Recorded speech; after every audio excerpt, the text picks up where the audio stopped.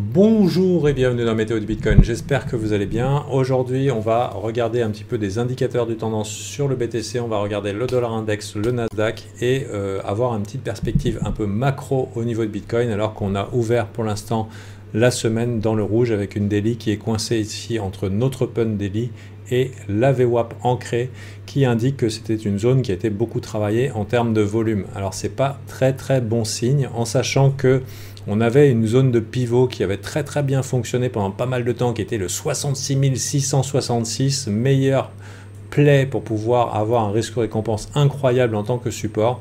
C'est une zone qui a beaucoup été travaillée par le passé, alors je ne sais pas pourquoi, est-ce que c'est des milliardaires chinois qui sont très superstitieux?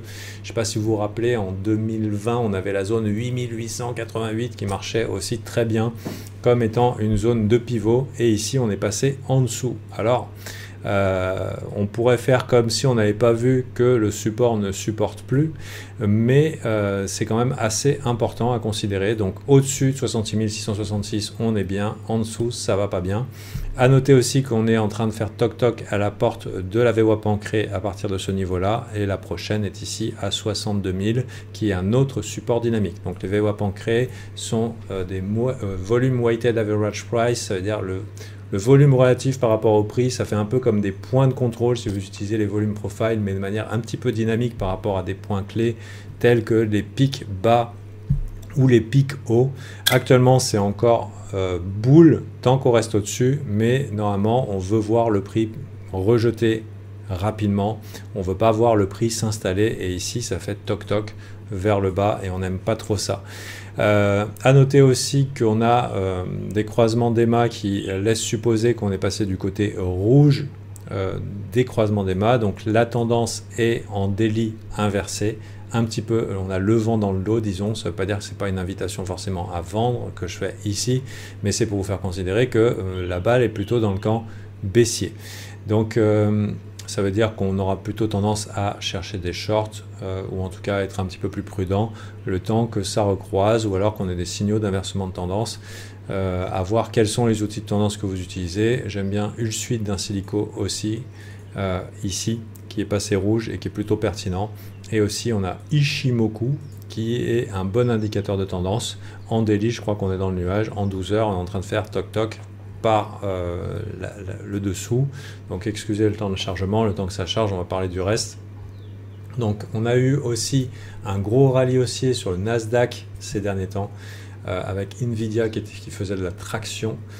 Donc ouais, au niveau du daily, on est plutôt bien encore au niveau de la tendance sur Ishimoku, mais en 12 heures, on est encore en dessous du nuage, et personnellement j'aime pas ça. Alors pourquoi j'aime pas ça? C'est parce que j'ai connu le 13 mars 2020, c'était le crash Covid, et là j'avais un peu minimisé ce changement de tendance au niveau du nuage, et maintenant pour moi sous nuage Ishimoku 12 heures, je me dis attention, Black Swan, c'est automatique dans ma petite tête.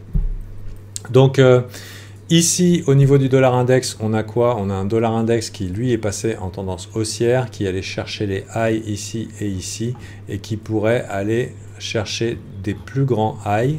Donc pour l'instant, on a quand même pas mal de résistance sur le chemin, mais si jamais ça s'envole, on peut mettre des alertes, et on pourrait très bien avoir des mouvements explosifs de correction si jamais on allait chercher les stops qui sont ici. Alors le dollar index qui trouve peut-être une traction dans le fait que l'euro faiblit avec ce qu'on a en France en ce moment. Je ne sais pas si vous avez vu, le CAC 40 est en très mauvaise forme. On ne voudrait pas du tout voir un dollar reprendre une jambe haussière de cette amplitude, parce que ça aurait beaucoup d'impact sur le marché. Mais même un petit événement comme on a connu en mars 2020 qui monte un petit peu trop rapidement, ça peut faire des dégâts sur la plupart des assets à risque. Donc on fait quand même attention à ce que fait le dollar index. Donc c'est un petit peu tout. On est un petit peu dans un no man's land au niveau du BTC. Les alts saignent à fond les ballons. C'est l'été. Pas mal de gens vont prendre des vacances. On va voir si ça capitule bientôt ou pas. Il y a pas mal de gens qui sont un petit peu aigris vis-à-vis des mêmes coins, parce que c'est pour ça que leurs coins, à eux, ils n'ont pas pumpé, parce que tout le monde était en train de gamble sur les mêmes coins. Bon, les cryptos, Actuellement, on est en mode PVP, on est un petit peu dans des conditions de bear market, il n'y a pas eu vraiment de nouveaux arrivants dans la crypto, on joue joueur contre joueur, et du coup, si vous n'avez pas pris profit sur vos altcoins, alors qu'ils vous avaient fait des belles performances, et si on vous a conseillé de ne pas prendre profit, il fallait prendre profit, navré de vous la prendre. Je ne vais pas vous dire de paniquer ici, en général je préfère paniquer au début ou le plus vite possible, mais si BTC par exemple nous mettait une petite pichenette sur un retracement Nvidia, Nasdaq avec un dollar index qui pousse, ça peut vraiment mettre le coup sur la nuque finale sur pas mal d'altcoins, et une fois que tout le monde aura capitulé, que les gens seront repassés en USDT ou USDC, éventuellement on verra quels seront les survivants. Là où il y aura un petit peu d'animation, quelle sera la nouvelle méta du marché altcoin, quels seront les nouveaux narratifs. Pour l'instant, je pense qu'il faut patienter, s'arranger pour survivre l'été, et on verra un petit peu. Donc voilà, je me suis dit une petite méthode de Bitcoin, ça peut vous faire du bien. L'autre jour, je vous ai parlé de STRK qui est en train de chercher du pétrole, qui a perdu ses lots. Donc je ne fais pas d'update, où je faisais peu de vidéos, je vais reprendre à faire des vidéos, mais sachez que voilà, quand ça commence à revenir à l'intérieur, que le double bottom réintègre, c'est plutôt moche. Et maintenant, qu'est-ce qu'on voit? On voit que tout ce qui avait des jolis graphiques, il y avait beaucoup de graphiques qui étaient comme ça, qui étaient jolis pendant quelques temps, qui ont fini par chercher le pétrole. Et du coup, c'est des conditions un petit peu tricky. Personnellement, je ne suis pas du genre à vouloir holder des bags perdants. J'aurais tendance à reset ma psychologie et à réaviser. Donc là, par exemple, WIF aussi, j'aime pas du tout ce qu'il fait. Même si on arrive dans une zone de support, j'aime pas du tout ce qu'il fait. Parce qu'il y a tellement de gens qui ont ce truc-là et qui attendent le x10 que voilà, donc ce ne sont pas des conseils d'investissement, c'est l'état des marchés, des alts en sang, un Bitcoin un petit peu plus ascendant, baissier que haussier à échelle daily, et on attend de voir un petit peu ce que nous fait ce dollar index et le Nasdaq cette semaine.